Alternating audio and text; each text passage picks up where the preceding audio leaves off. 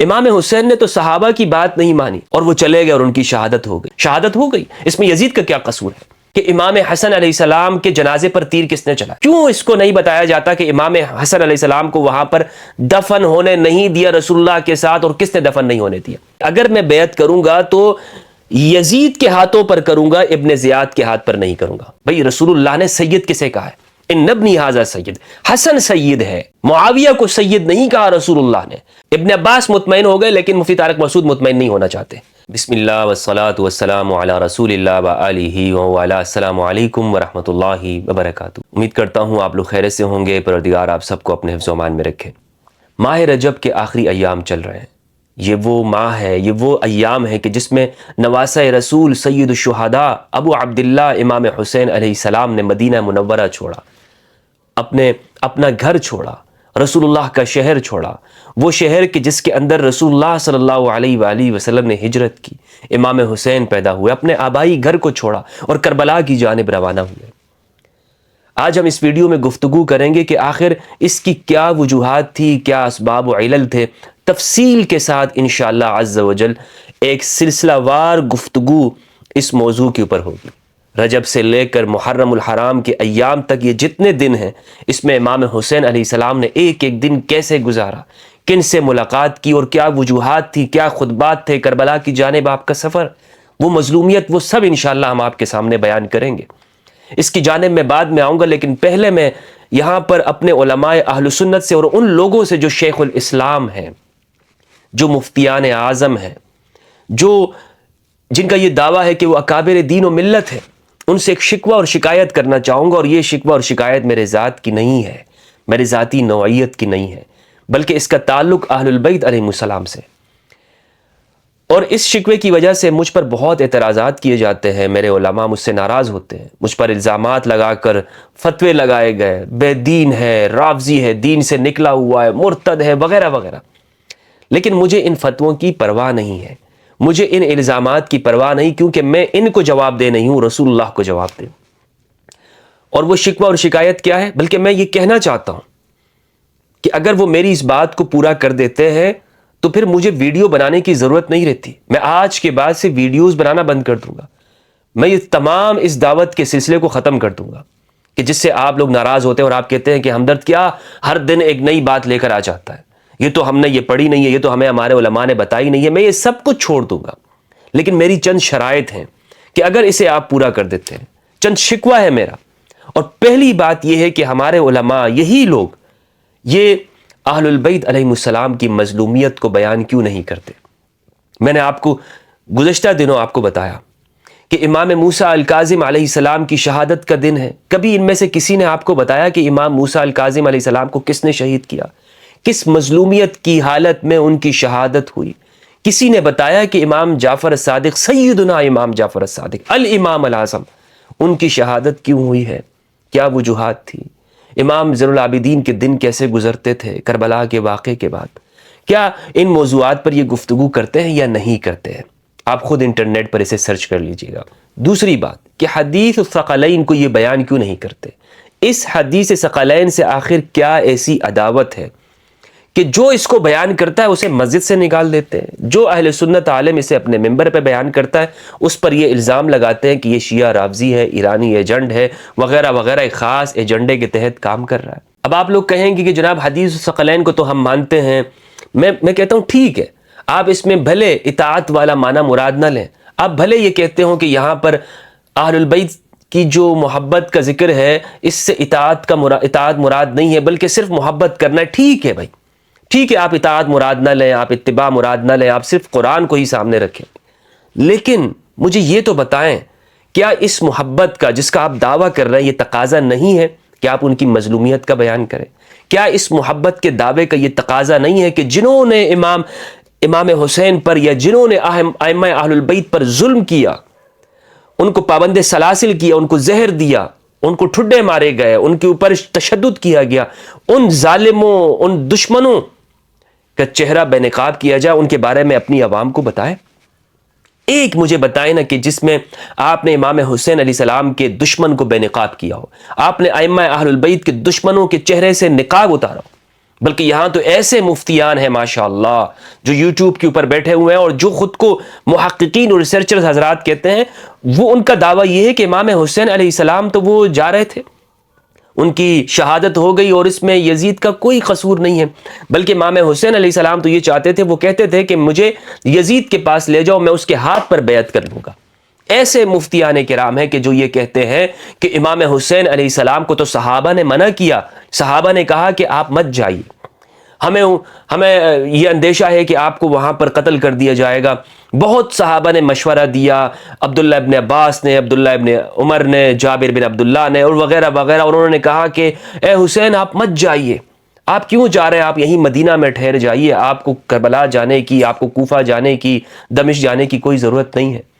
صحابہ آپ کو منع کر رہے تھے، صحابہ کو معلوم تھا کہ اگر حسین وہاں گئے تو وہ شہید کر دیے جائیں گے۔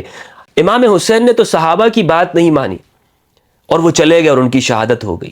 ان تمام باتوں سے وہ در حقیقت وہ یزید کا دفاع تو کر رہے ہوتے ہیں، یعنی ان کی غیرت ایمانی وہ انہیں اس بات کی جانب تو لے آتی ہے کہ وہ یزید بن معاویہ بن ابی سفیان کا دفاع کریں۔ ان کی غیرت ایمانی ان کو یہ جوش دلاتی ہے کہ وہ صحابہ کرام کے دفاع کے نام پر یزید کو بے قصور قرار دیں۔ ان کی غیرت ایمانی یہ جوش کھاتی ہے، ان کا ولولہ اور ضمیر ان کو مجبور کرتا ہے، اور وہ ایک گھنٹے گھنٹے کے بیانات ممبر پر بیٹھ کر یہ دیتے ہیں کہ یزید کا تو کوئی قصور نہیں تھا۔ صحابہ نے حسین کو منع کیا، عبداللہ ابن عباس نے منع کیا، جلیل القدر صحابہ کرام نے کہ حسین آپ مت جائیے، آپ کیوں جا رہے ہیں؟ لیکن امام حسین نے کسی ایک کی بات نہیں مانی اور آپ کربلا چلے گئے، شہادت ہو گئی۔ اس میں یزید کا کیا قصور ہے؟ صحابہ اس لیے منع کر رہے تھے کہیں پر امام حسین پر بغاوت کا الزام نہ لگ جائے، اور حدیث ہے کہ جو حاکم وقت کے خلاف خروج کرتا ہے وہ باغی ہے اور اس کو قتل کر دیا جائے چاہے وہ کوئی بھی، اور یہ صحیح مسلم کی روایت ہے۔ اس طرح کی روایتیں پیش کر کر امام حسین علیہ السلام کو الیاذ باللہ استغفر اللہ العظیم باغی ثابت کرنے کی کوشش کی جاتی ہے، اگرچہ یہ اپنی زبان سے برملا نہیں کہتے، لیکن مقصد ان کا یہی ہوتا ہے۔ تو ہم آغاز کر رہے ہیں اس سلسلے کا کہ جس میں ہم ان اسباب اور علل کو بیان کریں گے کہ جس میں امام حسین علیہ السلام کا یہ جو قیام ہے، امام حسین کی جو یہ روانگی ہے مدینہ سے مدینہ تک، مدینہ سے آپ روانہ ہوئے اور پھر آپ کے بچے وہ اسی طرح وہ قافلہ لٹا پھرا ہوا وہ واپس مدینہ منورہ آیا، یہ پورے سفر کو انشاءاللہ عز و جل میں بیان کروں گا۔ پہلے تو میں آپ کو بتانا چاہتا ہوں کہ یہاں پر مفتی طارق مسعود صاحب کا ایک کلپ ہے، اور میں ان کا کلپ ہمیشہ آپ کے سامنے اس لیے رکھتا ہوں کہ ہمارے ہاں لوگ ان کو سنتے ہیں اور وہ کہتے ہیں کہ جناب مفتی طارق مسعود صاحب ماشاءاللہ ان کی ریسرچ بڑی عمدہ ہوتی ہے۔ تو میں بتانا چاہتا ہوں کہ یہ کس طرح کی ریسرچ ہے، یعنی یہ جو میں شکوہ کر رہا ہوں نا اس کی بنیاد ہے، یعنی مجھے ایک سنی عالم تو بتائیں کہ جس نے ایک ترتیب کے ساتھ ان ائمہ اہل البیت کی شہادت کو اور مظلومیت کو بیان کیا ہو۔ یعنی کیوں اس کو چھپایا جاتا ہے کہ امام حسن علیہ السلام کے جنازے پر تیر کس نے چلائے؟ کیوں اس کو نہیں بتایا جاتا کہ امام حسن علیہ السلام کو وہاں پر دفن ہونے نہیں دیا رسول اللہ کے ساتھ، اور کس نے دفن نہیں ہونے دیا؟ یہ کیوں نہیں بتایا جاتا ہے کہ امام حسن کو زہر کس نے دیا؟ یہ کیوں نہیں بتایا جاتا ہے کہ امام حسن علیہ السلام نے جب اجازت چاہی تو آپ کو اجازت نہیں دی گئی؟ یہ سوالات ہیں میرے، ان سوالوں کا جواب اور انشاءاللہ ہم دیں گے۔ اگر آپ نہیں دیں گے نا مولوی صاحب، آپ نہیں دیں گے مفتی صاحب، تو انشاءاللہ ہم اہل سنت والجماعت کی کتابوں سے آپ کے سامنے ان جوابات کو پیش کریں گے اور حقائق کو پیش کریں گے جس طرح ہمیشہ ہم کرتے آ رہے ہیں۔ تو مجھے یہ معلوم ہے کہ آپ کبھی بھی میرے اس شکوے اور شکایت کا جواب نہیں دیں گے، آپ کے کان پر کوئی جوں بھی نہیں رینگتی ہے، ہلکی سی بھی ٹس سے مس بھی جس کو کہتے ہیں نا وہ نہیں ہوتے ہیں، اور آپ یہ سمجھتے ہیں چھوڑیں بھائی ایک درویش ہے بول رہا ہے نا، ایک فقیر آدمی ہے، ملنگ آدمی ہے بول رہا ہے، نقار خانے میں طوطی کی آواز کس نے سننی ہے، کون توجہ دے گا؟ لیکن نہیں، آپ کی یہ غلط فہمی ہے۔ آپ نے شیشے کی عمارت بنا کر اسے آپ نے عقائد کا نام دے دیا ہے، لیکن یہ عقائد تار عنکبوت سے، مکڑی کے جالے سے زیادہ کمزور ثابت ہو رہے ہیں۔ نوجوان تیزی کے ساتھ وہ اہل البیت کی معرفت کی جانب آ رہے ہیں، اور وہ آپ کی فرقہ پرستی کی جو کشتی اور ناؤ ہے نا اس سے اتر رہے ہیں، کیونکہ اس میں چھید ہو گیا ہے، اس میں چھید ہو گیا۔ وہ آپ کا جو ٹائٹینک ہے نا وہ آپ کا ڈوب چکا ہے۔ اب آپ ہچکولے کھا رہے ہیں، ادھر ادھر ہو رہے ہیں، تنکے کا سہارا مل رہا ہے آپ کو، اور وہ کیا ہے کہ ان روایتوں کو یا ضعیف کہہ دو، موضوع کہہ دو، یا کہہ دو کہ یہ تاریخ کی باتیں، تاریخ میں ہوا، پچھلے زمانے کی باتیں ہیں، اس کا ہمارے زمانے کے ساتھ کیا تعلق ہے؟ اگر ہم پچھلے زمانے کے اندر دیکھیں، تاریخ جو ہے نا، تاریخ آئینہ ہوتی ہے، آئینہ، تاریخ گزشتہ لوگوں کی کہانیاں نہیں ہیں. تاریخ ایک آئینہ ہے جس میں ہم اپنا مستقبل فیوچر دیکھیں گے. ہمیں معلوم ہوگا کون ظالم تھا کون حق پر تھا, تب ہم اپنی ڈائریکشن سیدھی کر سکتے ہیں نا. ہماری یہ جو ڈائریکشن سیدھی نہیں ہو رہی اس کی وجہ تو یہی ہے کہ ہم تاریخ پر غور نہیں کر رہے. تو یہ تاریخی باتیں نہیں ہیں, یہ صحیح روایات ہیں. تو میں آتا ہوں جناب طارق مسعود صاحب کی گفتگو کی جانب. بات کو مختصر کرتے ہوئے بتاتا چاہوں گا کہ ان کا ایک کلپ ہے اور اس کو میں چلا اس لیے نہیں سکتا ہوں کہ کاپی رائٹ کے ایشو کی وجہ سے میں اس کو نہیں چلا رہا ہوں, اور مجھے تو مولویوں کے اوپر بھروسہ نہیں ہے. ایک چینل ہم پہلے ہی کھو چکے ہیں, تو اس لیے میں اس کلپ کو نہیں چلاتا ہوں, بلکہ صرف میں یہ بتاتا چلوں کہ ان کا کلپ ہے, یوٹیوب کے اوپر ہے, فیس بک کے اوپر ہے, جو کربلا سے ریلیٹڈ ہے. اس میں انہوں نے بیان کیا ہے 7 منٹ پر. یہ کہتے ہیں کہ صحابہ نے حضرت حسین کو منع کیا, جن میں عبداللہ ابن عباس بھی شامل تھے. بعض نے کہا کہ ہمیں آپ کی شہادت کا یقین ہے, آپ وہاں مت جائیے. 9 منٹ پر کہتے ہیں کہ حضرت حسین کا کربلا میں موقف یہ تھا کہ اگر میں بیعت کروں گا تو یزید کے ہاتھوں پر کروں گا, ابن زیاد کے ہاتھ پر نہیں کروں گا. الیاذ باللہ, استغفر اللہ العظیم. یہ 2 جملے. اب میں آپ کے سامنے طارق مسعود صاحب کے اس بیوٹی پارلر والے چہرے سے نا نقاب اتارنا چاہتا ہوں کہ جس طرح بارش ہونے کے بعد وہ خوبصورتی سے وہ میک اپ دھل جاتا ہے نا, دھل جاتا ہے. اب یہ دھونا چاہتا ہوں کہ یہ سنیت کے پیچھے جو چھپنا چاہتے ہیں در حقیقت ناسبیت, یہ ناسبیت, خارجیت, اس کے چہرے کو بدنما داغ بتانا چاہتا ہوں. وہ کیا ہے, کتنی بڑی خیانت انہوں نے کی ہے کہ امام حسین علیہ السلام کے حوالے سے کہا کہ صحابہ منع کرنا چاہ رہے تھے اور یزید کے ہاتھ پر بیعت کر لوں گا میں. اللہ اکبر. امام حسین جو سیدہ شباب اہل الجنہ ہے. مجھے یہ تو بتاؤ بھائی, میں شکوہ کیوں نہ کروں. وہ حسن و حسین جن کے بارے میں رسول اللہ نے فرمایا ان ابنی ھذا سید, میرا یہ بیٹا سید ہے. اس سید بیٹے کو کن حالات نے مجبور کیا کہ وہ ایک شخص کے ساتھ صلح کر لے؟ کیا حالات تھے وہ؟ بھئی رسول اللہ نے سید کسے کہا ہے؟ ان ابنی ھذا سید. حسن سید ہے, معاویہ کو سید نہیں کہا رسول اللہ نے. اگر کسی روایت کے اندر معاویہ کو رسول اللہ نے کہا ہے کہ یہ میرا یہ بیٹا سید ہے یا یہ میرا بیٹا حسن صلح کر لے گا, لیکن سید تو اصل میں معاویہ بن ابی سفیان ہے. بتائیے کوئی روایت اگر بخاری میں ہے. میں آپ کو بتا رہا ہوں کہ بخاری میں امام حسن علیہ السلام کو سید کہا ہے. اس صلح حسن کو میں مانتا ہوں, صلح حسن امام بخاری رحمہ اللہ نے صحیح روایت ہے ابو بکرہ سے, لیکن اس روایت کے اندر سید امام حسن کو کہا تو کن حالات نے مجبور کیا کہ امام حسن علیہ السلام وہ صلح کے اوپر آ جائے؟ کیوں نہیں بتا رہے آپ وہ حالات کیا تھے؟ اور یہ کیوں نہیں بتاتے کہ سید تو رسول اللہ نے حسن کو کہا ہے, معاویہ بن ابی سفیان کو سید نہیں کہا کسی روایت کے اندر بھی. یعنی اس معاملے کے اندر صلح کے معاملے کے اندر معاویہ بن ابی سفیان کو سید نہیں کہا ہے. تو یہ انہوں نے کیا کہا؟ امام حسین علیہ السلام وہ کہہ رہے ہیں کہ میں یزید کے ہاتھ پر بیعت کر لوں. اب میں روایت آپ کے سامنے پیش کرتا ہوں. پہلی بات تو یہ جواب جو آپ کو دیتا چلوں طارق مسعود صاحب, عقلاً لاجکلی آپ یہ دیکھیں, کیا رسول اللہ صلی اللہ علیہ وآلہ وسلم نے امام حسین سے یہ فرمایا کہ تم صحابہ کی پیروی کرنا جب ایسے حالات تمہیں ہو جائیں؟ اور آپ تو خود کہتے ہیں نا کہ رسول اللہ نے شہادت کی خبر دی تھی, پوری امت کو بتا دیا کہ میرا یہ بیٹا شہید کیا جائے گا, صحیح روایت ہے. تو کیا امام حسین کو بتایا کہ آپ نے اس موقع پر صحابہ کی بات ماننی ہے, یا ان صحابہ سے یہ کہا ہے کہ تم حسین کی بات مانتے رہنا؟ کیا فرمایا رسول اللہ نے؟ رسول اللہ صلی اللہ علیہ وآلہ وسلم نے امام حسین اہل البیت کی اطاعت کا حکم دیا ہے, صحابہ کرام کے بارے میں نہیں کہا کہ تم نے ان کی اطاعت کرنی ہے. صحیح روایت میں آپ کے سامنے پیش کرتا ہوں کہ رسول اللہ صلی اللہ علیہ وآلہ وسلم نے فرمایا انی ترکت فیکم الخلیفتین کاملتین کتاب اللہ وعترتی, بے شک میں تم میں اپنے 2 کامل خلیفہ چھوڑ کے جا رہا ہوں, نمبر 1 اللہ کی کتاب اور نمبر 2 میری اولاد. وَإِنَّهُمَا لَن يَتَفَرَّقَا حَتَّى يَرِدَا عَلَيَّ الْحَوْض, اور یہ دونوں یعنی قرآن اور اہل البیت کبھی بھی ایک دوسرے سے جدا نہیں ہوں گے یہاں تک حوض کوثر پر میرے پاس آ جائے. یہ روایت مسند ابی شیبہ کے اندر موجود ہے, کتاب الاثار کے اندر یہ روایت موجود ہے, المصنف فی الاحادیث والآثار جلد نمبر 6 صفحہ 309, حدیث کا نمبر ہے 31679 تبع دار التاج. اسی طرح اس روایت کو ابن ابی عاصم نے سنہ میں 1548 پر, علامہ بوصیری رحمہ اللہ نے اتحاف الخیرۃ المہرہ بزوائد المسانید العشرہ کے اندر اس روایت کو نقل کیا ہے. روایت کا نمبر ہے 5950. صحیح روایت ہے، انی ترکت فیکم الخلیفتین کاملتین، 2 کامل خلیفہ تمہارے درمیان میں چھوڑ کے جا رہا ہوں۔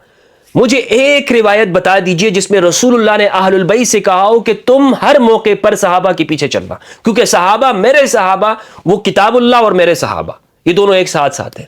نہیں، ایسی کوئی روایت آپ کو نہیں ملے گی، بلکہ یہ روایت آپ کو ملے گی کہ قرآن اور میرے اہل البیت، قرآن اور اہل البیت، قرآن اور اہل البیت، یہ 2 خلیفہ ہیں رسول اللہ کے۔ اب یہاں پر بحث کی جاتی ہے جناب خلیفہ کے کیا معنی ہیں، رسول اللہ نے کسی کو خلیفہ بنا کے نہیں چھوڑا، رسول اللہ نے اپنے بعد کسی کو خلیفہ نہیں بنایا، وغیرہ وغیرہ وغیرہ وغیرہ، لیکن یہ نہیں بتاتے کہ رسول اللہ نے فرمایا، صحیح روایت ہے، میں 2 خلیفہ چھوڑ کے جا رہا ہوں۔ بھائی بتائے تو صحیح کہ آپ اس روایت سے آپ کو مسئلہ کیا ہے، کیوں آپ اس روایت کو بیان نہیں کرتے؟ کیا دشمنی ہے آپ کو اس روایت سے؟ کیا دشمنی ہے؟ ویسے تو آپ کہتے ہیں چھوٹی چھوٹی باتوں پر آپ روایت پیش کرتے ہیں، حدیث میں ہے، حدیث میں۔ وہ ایک مولوی صاحب، مجھے طارق مسعود صاحب ہی کہتے ہیں کہ جناب جواب دیتے ہوئے کہ ہر بات میں حدیث پیش کرنا ضروری نہیں ہوتی۔ کیوں ضروری نہیں ہوتی ہر بات میں حدیث پیش کرنا؟ آپ کو اگر آپ حدیث نہیں پیش کر سکتے تو آپ یہ کہیں کہ یہ دین کا مسئلہ نہیں ہے، ہمارا ایجاد کردہ ہے۔ ایک جانب تو آپ یہ کہہ رہے ہوتے کہ شرعی مسئلہ ہے، اور پھر آپ دوسری جانب آپ کے پاس کوئی حدیث بھی نہیں ہوتی۔ اللہ اکبر۔ دوسری جو بات انہوں نے کہی کہ حضرت عباس نے امام حسین کو منع کیا، یہ بات انہوں نے مکمل نہیں بیان کی ہے۔ ان کی دیانت کا تقاضا یہ تھا کہ اس بات کو مکمل طور پر بیان کرتے کہ امام حسین علیہ السلام کے اس واقعے کے اندر جس میں حضرت عبداللہ ابن عباس کے ساتھ ملاقات ہوئی ہے، عبداللہ ابن عباس نے کیا کہا، امام حسین نے کیا جواب دیا، یہ تو آپ کے سامنے بیان نہیں کریں گے، میں آپ کے سامنے کرتا ہوں۔ ابن عباس فرماتے ہیں استأذننی حسین فی الخروج، امام حسین نے، عبداللہ ابن عباس کہتے ہیں کہ مجھ سے مدینہ سے نکلتے وقت اجازت چاہی۔ وہ کہتے ہیں کہ میں نے امام حسین سے کہا کہ اگر یہ بات میرے اور آپ کے لیے رسوائی کا باعث نہ ہوتی تو میں آپ کو مضبوطی سے پکڑ لیتا، میں آپ کے سر کو پکڑ لیتا مضبوطی کے ساتھ کہ آپ نہ جا سکیں۔ اس کے جواب میں امام حسین علیہ السلام نے فرمایا لَأَنْ أَقْتُلَ بِمَكَانِ كَذَا وَكَذَا أَحَبُّ إِلَيَّ مِنْ أَنْ يُسْتَحَلَّ بِي حَرَمُ اللَّهِ وَرَسُولِهِ۔ امام حسین نے جواب دیا کہ میں اس بات کو زیادہ پسند کروں گا کہ میں کسی اور جگہ پر شہید ہو جاؤں بنسبت اس کے کہ مجھے یہاں پر اللہ کے اور اس کے رسول کے حرم کے اندر میرے خون کو حلال قرار دیا جائے۔ امام حسین جانتے تھے کہ اگر میں یہاں مدینہ سے روانہ نہ بھی ہوں یا مدینہ میں ہی رہوں، تو جو لوگ مشورہ دے رہے ہیں کہ آپ مدینہ میں رہیں، آپ مدینہ سے باہر مت جائیں، مکہ سے باہر مت جائیں، امام حسین جانتے ہیں کہ اگر میں یہاں پر رہا تو یہ اموی حکومت کا جو خلیفہ ہے، حکمران ہے، یزید بن معاویہ، یہ مجھے یہاں مدینہ کے اندر بھی، مکہ کے اندر بھی، حرم اللہ اور حرم رسول کے اندر بھی یہ قتل کرے گا، یہ نہیں چھوڑنے والا، کیونکہ وہ جانتا ہے کہ میری حکومت حسین کے ہوتے ہوئے نہیں چل سکتی۔ اگر حسین زندہ ہے تو یزید حکومت ایک دن بھی حکومت نہیں کر سکتا، اس لیے وہ مجھے حرم اللہ اور حرم رسول کے اندر بھی وہ قتل کرے گا، اور میں نہیں چاہتا ہوں۔ ایسی شہادت ہے، تو اگر میں یہاں رہوں یا وہاں جاؤں شہادت تو ہے، کیونکہ امام حسین علیہ السلام دیکھ رہے ہیں کہ جو حالات ہیں اس وقت کے معروضی حالات جو سیاسی سماجی طور پر ہیں، اس کی فطری طور پر تقاضا یہ بن گیا ہے کہ یزید کی حکومت اگر وہ چلے گی تو میرے قتل کے ساتھ ہی ہے، میرے قتل کے بغیر نہیں چل سکتی۔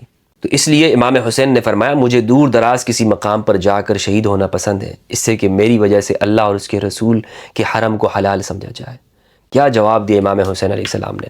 ابن عباس نے فرمایا کہ امام حسین علیہ السلام کا جب یہ جواب میں نے سنا، فَذَلِكَ الَّذِي سَلَا بِنَفْسِي عَنْهُ، امام حسین کا یہ جواب سن کر حسین نے مجھے مطمئن کر دیا، میں مطمئن ہو گیا کہ اب امام حسین کا جو یہ نکلنا ہے یہ کسی وجہ پر ہے۔ یعنی یہ آپ اندازہ لگائیں نا، آج بھی اگر آپ کسی کو یہ پوری بات بتائیں گے تو مطمئن ہو جائے گا۔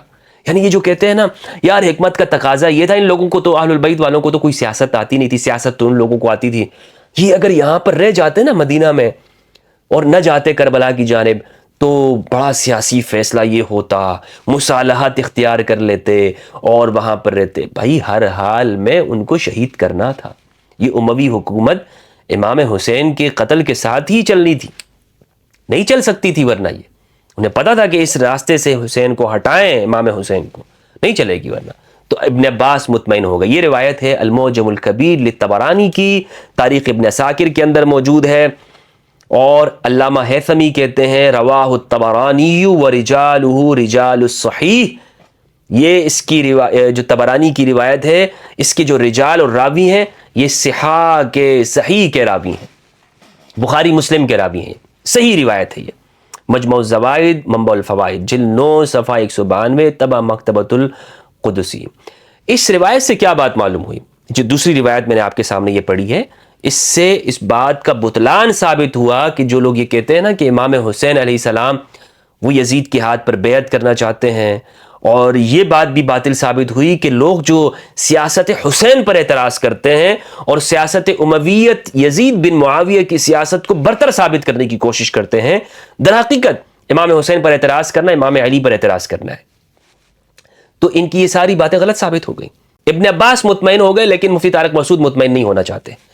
ابن عباس کہتے ہیں کہ مجھے حسین نے مطمئن کر دیا، لیکن آج کا جو مولوی ہے وہ کہتا ہے نہیں نہیں نہیں نہیں، صحابہ منع کر رہے تھے، حسین کیوں نکل گئے، صحابہ منع کر رہے تھے، وغیرہ وغیرہ۔ اندازہ لگایا آپ نے کتنی خیانت کرتے ہیں یہ لوگ، کتنا جھوٹ بولتے ہیں یہ لوگ۔ یعنی مفتی طارق مسعود صاحب رسول خدا کے نواسے پر تہمت لگاتے ہوئے کچھ تو خدا کا خوف کیا ہوتا آپ نے، کچھ تو حیا کی ہوئی ہوتی آپ نے کہ آپ نے رسول خدا کے نواسہ امام حسین علیہ السلام کے اوپر آپ نے اتنی بڑی تہمت لگا دی کہ میں یزید کے ہاتھ پر بیعت کرنا چاہتا ہوں، مجھے یزید کے پاس لے جاؤ، میں تمہارے ابن زیاد کے ہاتھ پر بیعت نہیں کروں گا، میں ادھر جا کے بیعت کروں گا۔